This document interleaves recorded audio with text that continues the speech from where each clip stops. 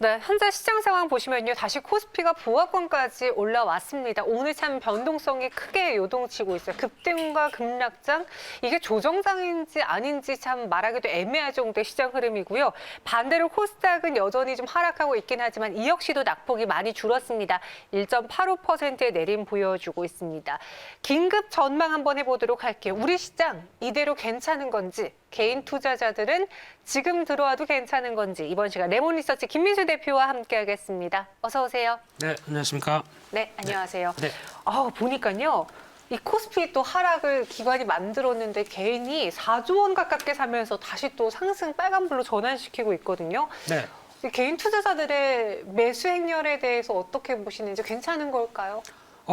아침부터 1시간 넘었는데 벌써 2조 맞아요. 사고 계시더라고요. 그러니까 주말에 예. 못 참고 계속 네. 참고 있다가 산 거죠. 네, 오늘 장 언제 개장되나 네. 계속 보시다가 시작하자마자 이제 패닉 바잉이라고 그러나요? 맞아요. 요즘 뭐 포모라고도 얘기를 하죠.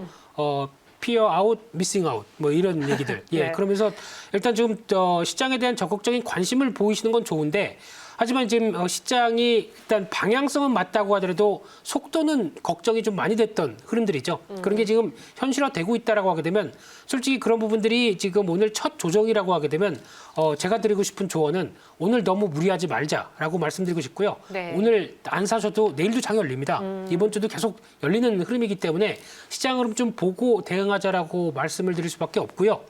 특히 오늘 나왔던 변화 중에 몇 가지를 말씀드리게 되면 환율이 변화입니다. 네. 그동안 또 달러와 약세 쪽으로 가다가 다시 워낙 강세됐던 측면들이 원화가 좀 약세로 되면서 1,100원대로 들어오는 게 첫 번째고요. 두 번째는 최근 들어서 가장 강력한 상승세를 보였던 비트코인이 네. 또 하나의 위험 자산의 대표 주자였었죠. 이쪽이 또 급하게 고점에서 밀리는 모습들 나오고 있고요.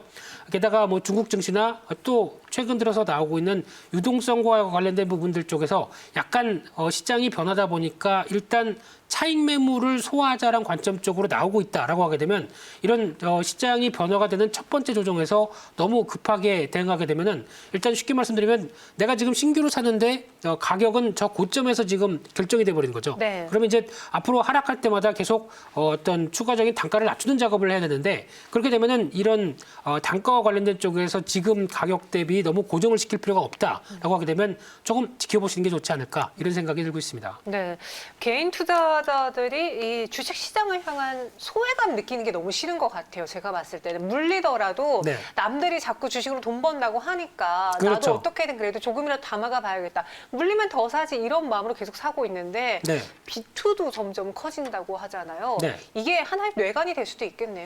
네, 일단 배고픈 건 참아도 배 아픈 건 못 참는다고 저도 얘기를 하죠. 그래요. 네. 어머, 왜 저를 보고 제 그러세요? 이야기예요. 네. 네. 사람 인간의 특성이 아닌가 생각이 들고 있는데 네. 그런데 지금 그러면서 내가 갖고 있는 자산보다도 이제 한번 솔직히 지금 주가가 올라오다 보니까 어떤 뭐 신용 대출이나 아니면 또 신용을 통해서 생각보다 꽤 벌었다고 생각하다 보니까 여기서 이제 자신감이 붙어서 계속 어떤 자금들을 좀 더 내가 감당할 수 없는 수준까지도 끌어올 수 있는 그런 상황들이 벌어질 수 있다고 봐야 될 것 같고요. B2 관련된 쪽의 가장 큰 장점은 일단 빠른 시일 안에 내가 자산을 성장시킬 수 있습니다. 하지만 만약 거기 너무 빠져 있으면은 고점에서 주가가 이제 조정이나 빠르게 하락하는데 대처를 못 합니다. 네. 거기 젖어 있는 상태죠. 그렇게 되면은 한 사이에 매도 타이밍 놓치고 오히려 좀 단기간에 또 손해폭이 커질 수 있는 상황들이죠. 네. 그러다 보니까 좀 적절하게 사용하는 게 좋고 일단 이런 대출로 통해서 만약에 어느 정도 수익이 났다고 하게 되면 일단 정리하고 나머지 현금으로만 대응하는 게 가장 좋겠다라고 봐야 될 것 같은데 필요는 합니다. 근데 지금 시점은 아닌 것 같습니다. 지금의 비투는 아닌 것 같다 이야기해 주셨습니다. 사실 저도요 이제 주식 방송 진행을 하다 보면은 정말 좋은 종목들이 많고 수익률을 가져다 주는 종목이 많아요. 그래서 그 종목을 놓쳐서 내가 왜 이걸 못 샀지라고 후회할 때쯤 또 그런 종목들이 계속 나오는데 네. 사실 사람들은 이미 간 걸 자꾸 쳐다보게 되잖아요. 그렇죠. 그래서 저희 시청자분들 그러실까봐 이미 떠난 삼성전자, 현대차 갖고 계신 분들에게 줄이고 안 사신 분들은 이 종목군들 한번 살펴보자. 눈물을 머금고 있는 개인 투자자들, 저를 포함해서 우리 주변인들을 포함해서 지금부터 한번 주목해 보시기 바라겠고요. 대형주를 못 산 투자자분들은 어떤 섹터를 보는 게 좋을까요? 쉽게 말씀드리면 다음 주도주가 뭐냐 이거 얘기하시는 상황들이라고 네. 봐야 될 것 같죠. 근데 지금 일단 시장에서 보여주고 있는 자동차 그리고 또 반도체 관련된 쪽의 흐름들은 쉽게는 안 꺾일 것 같습니다. 어. 네, 그런 상황 쪽에서 네. 일단 그래도 지금 신규로 접근한다고 하게 되면 그나마 앞으로의 변화를 기대하면서 볼 수 있는 섹터가 정리를 하게 되면 건설 쪽. 건설 네, 쪽. 또 얘기 드려서 죄송합니다만 네. 건설 쪽이고요. 그와 함께 철강 관련된 쪽 그리고 또 금융주도 만약에 이제 금리가 서서히 반응하기 시작한다고 하게 되면 저평가 메리트가 한층 커져 있는 섹터죠. 이런 쪽은 조금 더 길게 볼 수 있는 섹터가 아닌가 싶습니다. 철강, 건설, 그리고 금융 쪽을 눈여겨보자라고 했어요. 그러니까 다시 말해서 반도체랑 자동차가 끝났다라는 건 아니고요. 네. 그들도 역시나 더 상승 탄력을 보여주겠지만 이미 올라서 나는 무서워서 못 사겠어 하신 분들은 이쪽을 보자라고 했고 네. 실제로 오늘 건설주들이 좀 많이 올랐거든요. 뭐 현대건설, GS건설, 삼성물산 모두 다 상승세를 보여줬는데 오늘 오른 이유가 있을까요? 네, 5대 건설사 중에 하나는 갖고 있자. 이게 제 모토였는데, 네. 예, 일단 반응이 비슷하게 나오곤 있다고 하더라도 오늘 또 반응하는 대표적인 요인은 대통령의 신년사에 있다고 봐야 되겠죠. 일단 뭐 어떤 사과를 살짝 하셨고요. 네. 그와 함께 어떤 그 공급에 관련된 쪽에서 다양한 방안으로 어떤 문제를 풀어나가겠다라는 쪽이 나오다 보니까 공급 확대는 직결적으로 건설사 쪽의 실적을 후원할 수 있는, 즉 매출을 확대될 수 있는 기회 요인이라고 봐야 되겠죠. 그런 쪽에서 방한한다고 봐야 될 것 같고요. 아직까지는 또 국토교통부 장관이 직접 어떤 실질적인 플랜을 보여줘야 또 추가적인 변화가 나오겠지만은 이에 따른 기대감이 살짝 들어오는 가운데 가장 중요한 건 저평가입니다. 그동안 건설사가 적자가 큰 것도 아닌데 꾸준하게 흑자 폭을 유지하면서 나오고 있는 상황 쪽에서 오히려 어떤 좀 너무 소외됐다라는 관점들이 아무래도 최근에 부각받는다고 봐야 될 것 같습니다. 오늘 보니까요, 뭐 현대건설은 현대차투자증권에서 리포트도 나왔어요. 네. 건설주 중에서 탑픽으로 꼽기도 하고, 다들 이제 리포트를 보면은 건설사들은 국내 시장 올해 주택 공급 늘어난다. 그리고 계속 분양가 상한제 뭐 이야기도 있지만 네. 계속 그를 뛰어넘는 분양가들이 나오고 있잖아요. 네. 더불어서 해외 시장도 좋아질 거다. 그러니까 더할 나위 없이 좋다라고 평가하는데 맞나요? 네, 더할 나위 없이 좋다. 네, 둘 다 좋다고 보셔야 되겠죠. 네. 그런 쪽에서 일단 내수나 해외 쪽을 양분해서 보게 되면 내수는 뭐 여러 가지 말씀을 다 드렸기 때문에 일단 변화 기대감이 높은 가운데 해외 쪽도 이제 코로나 사태로 인해서 어떻게 보면 좀 부진할 것이 아니냐라는 관점들이 나오다가 작년 말에 한 11월 말부터 해외 수주가 건설사 쪽에서 빠르게 늘어나기 시작했죠. 그래서 요인들을 살펴보게 되면 어떤 플랜트 관련된 쪽, 이쪽에 대해서도 빠르게 들어오기 시작하면서 국내 건설사에 대한 기대감들이 높아지고 있는 상황들인데 그런 쪽으로 봤었을 때는 일단 과거 같은 경우 해외 수주가 약간 수익성에 대한 부담으로도 작용할 수 있었던 부분들이었지만은 지금부터는 이런 그 부분이 어느 정도 과거에 다 정리가 되고 새롭게 나오는 부분에 대한 기대감이 높다 보니까 해외 수주도 이제 친환경 플랜트 뭐 이런 쪽과 연결돼서 또 하나의 먹거리가 될 수 있겠다라고 하게 되면 기대감이 높아지는 게 지금 현 시점이라고 봐야 될 것 같습니다. 네. 그래서 눈물을 머금고 지금 신규 매수하고 싶으신 투자자분들에게 건설주를 첫 번째 섹터로 이야기해 주셨는데 탑픽 종목을 꼽아보자면 5대 건설사 안에서 뭐가 좋아 보일까요? 그중에 아무거나라고 말씀드리고 싶은데 네. 그래도 일단 해외 쪽과 같이 비중을 할 수 있는 회사로 보게 되면 현대, 대우, GS 이쪽이 아닐까 싶은데 맞아요. 네. 그래도 GS건설을 말씀드리고 싶고요. 네. 특히 지금 최근에 나오는 패턴을 보게 되면 꾸준하게 움직이다가 계속 한 단계씩 레벨업 시키는 모습들이 나오고 있는데 그런 측면으로 보게 되면 GS건설 같은 경우 지금 기조 쪽에서 일단 오늘 약간 그렇다고 이제 지금 당장 사라고 말씀드리고 싶지는 않고요. 네. 한 4만 1,000원대 부근 정도까지 들어온다라고 하게 되면 그 정도부터는 이제 서서히 모아가는 전략들이 어떨까라는 쪽으로 바라보고 있고요. 일단 목표는 한 5만 원대 부분까지는 지금 직전 고점대까지 나오는 특히 이 월봉의 차트인데 상당히 많이 위였죠. 네. 그러다 보니까 이제 여기 올라온 상황들입니다. 그러면 정상화되는 모습들이 이제 변화가 나오게 되면 적어도 5만 원 그리고 또 5만 5천 원대까지는 충분히 갈 수 있겠다라고 보시면서 대응하는 게 맞지 않을까 생각되고 있고요. 그 밖에 건설주를 보게 되면 여전히 저평가 영역이 있는 종목들 상당히 많습니다. 대표적으로 동부건설부터 그리고 동원개발 그리고 또 서희건설을 말씀드리고 싶은데 서희건설. 네, 서희건설을 내용을 쭉 보다 보니까 삼성전자를 12만 주 갖고 있습니다. 예.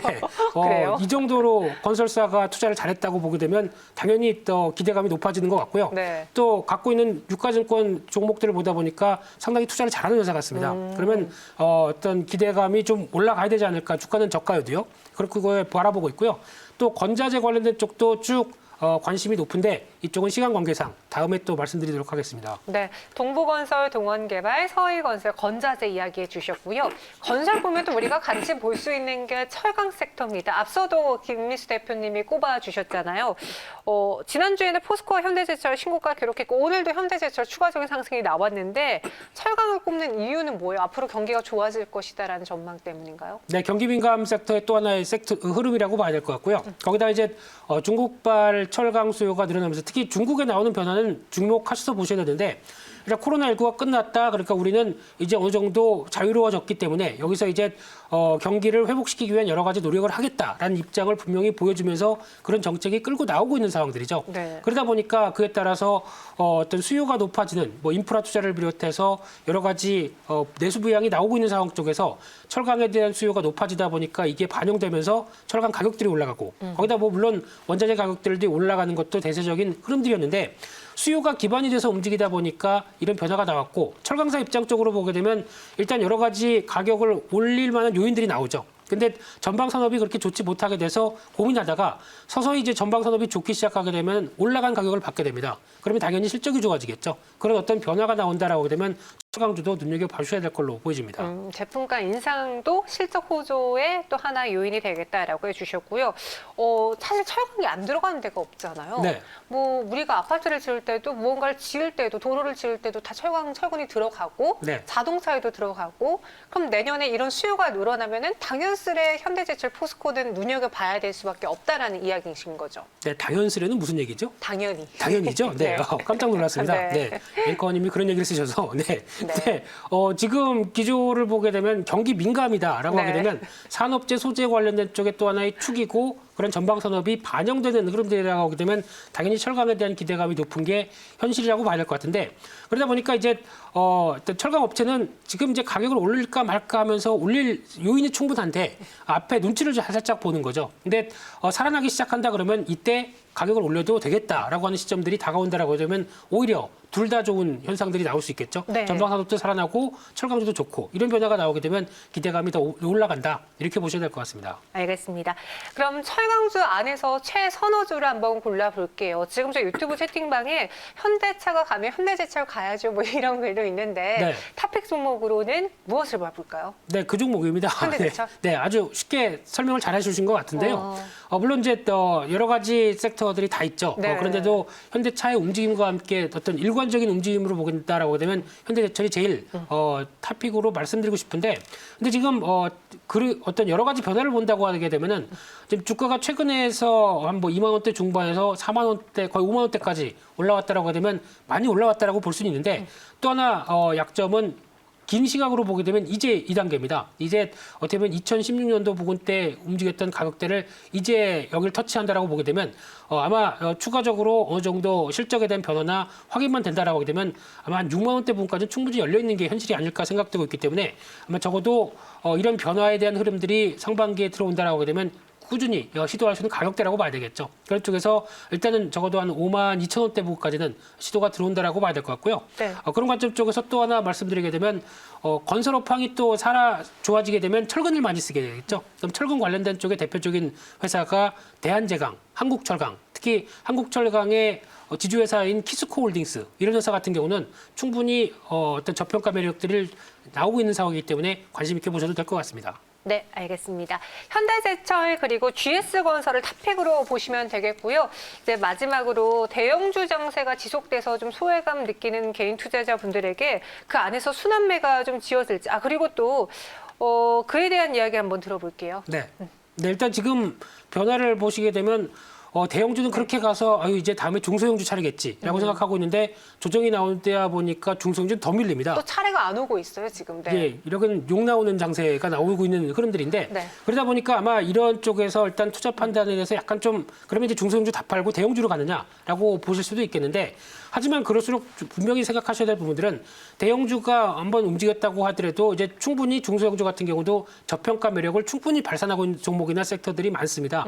그런 흐름들은 여전히 대형주가 흔들림이 나오고 어느 정도 단기 조정이 나온다고 하더라도 다음 타자로 대기할 수 있을 가능성이 더 높기 때문에 그런 부분들은 오히려 더 기회 요인으로 받아보는 게 좋지 않을까 싶은데 중요하게 말씀드리고 싶은 거는 이게 오늘이 아니다. 네. 당장 오늘 조정이 나올 때 여기서 베팅할 수 있다라고 생각하시는 것보다는 조금 더 이번 주에 또 옵션 만기일도 있죠. 맞아요. 네, 그리고 또 금요일 날 중요한 지표들 미국과 중국에서 많이 나옵니다. 그러다 보니까 이런 부분도 확인하고 대응할 수도 있다고 하게 되면 지금은 약간의 심호흡을 하시면서 여유가 더 필요한 시점이 아닐까 생각도 살짝 더 들고 있습니다. 간단하게 서희건설 어떤 분이요. 네. 옛날 워크아웃 회사 아닌가요? 환기 종목이라 위험해 보이던데 라고 주셨는데 괜찮아요? 네, 지금 그건 과거 얘기고요. 그리고 지금 이제 어느 정도 실적 부분들과 함께 이제 턴하고 있는 모습들이 확인되다 보니까 주가는 뭐 무슨 동전주 비슷하게 움직인다고 하더라도 네. 기업 내용들에 대해서는 그렇게 크게 부담가 되는 내용들은 서서히 과거보다는 좀 나아졌다라고 보고 있습니다.